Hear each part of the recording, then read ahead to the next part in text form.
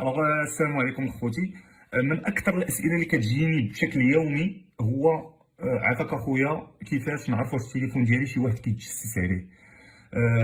شاك في تليفوني شي واحد كيتجسس عليه، كيفاش شي واحد نشوف واش الواتساب شي واحد كيتجسس عليه. اذا هذه من اكثر الاسئله، لهذا قررت ندير واحد الفيديو نبارطاجيه معكم، ان شاء الله انكم تستافدوا معايا.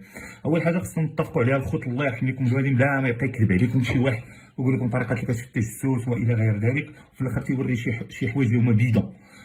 خصنا نعرفوا واحد القضيه، مساله التجسس على الهاتف راه واحد يعني كتبقى دائما عندها علاقه مع الشخص اللي كيتجسس عليك. اذا كان يعني غير شي واحد عادي دار لك شي برنامج ديال التجسس في الهاتف، وهذا ممكن انك تكتشف التجسس بطرق بسيطه كما انا غادي نشرح لك ان شاء الله في هذا الفيديو هذا.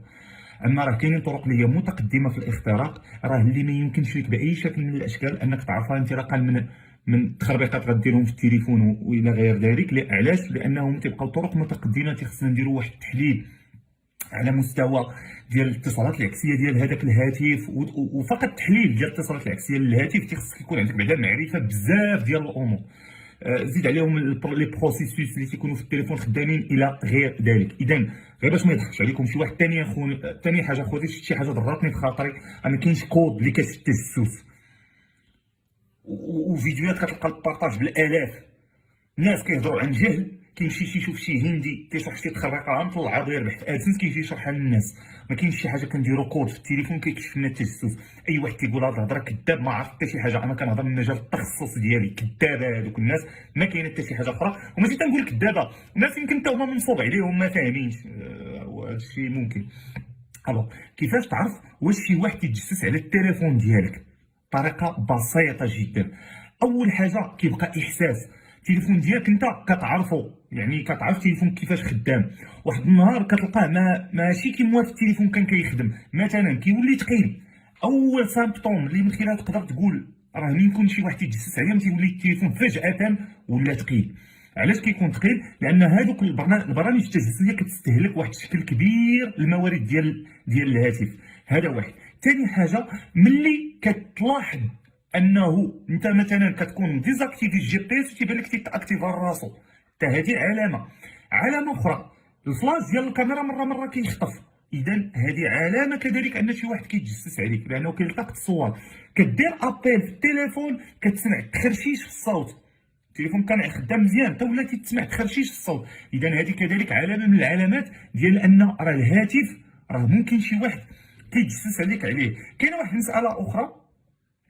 واحد المساله اخرى هي بالنسبه للواتساب. الواتساب باش كتكشف التجسس اخوتي، كتكليكي في الواتساب على هذه الايقونه هذه اللي تكون عندنا هنا، كتمشي للواتساب ويب. اذا هنا ما خصك تلقى حتى شي حاجه. الا لقيتي شي حاجه هنايا سافيدي راه شي واحد كيتجسس لك على الواتساب. راه غادي تلقى جوجل كروم، ولا غادي تلقى الاشاره ديال التليفون ديال الوالده، سمحوا لينا.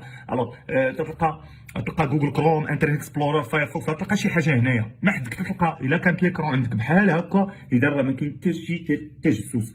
مساله اخيره اللي غادي نبغي ننصح بها اي واحد في حاله الى هذا الشيء كامل ولكن انت باقي حاس بما شي واحد تيتجسس على التليفون ديالك، هذه خذها من عندي كارانتي. غتانستالي هذا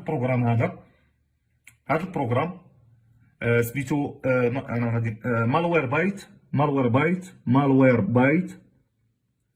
غتانستالي مالوير بايت. هذا غتانستالي غتسكاني به التليفون ديالك، كان شي واحد تيتجسس عليك غيطلعو صلاة مالا.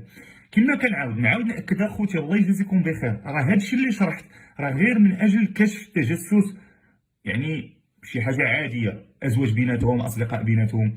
ولكن الا كنتي شي بروفيل اللي كبير في الدوله، فراه هادشي اللي كنقول انساه، راه خاصك تحرير جنائي رقمي على الهاتف ديالك. تبارك الله عليكم، ونتمنى ان شاء الله انكم استفدتوا معي.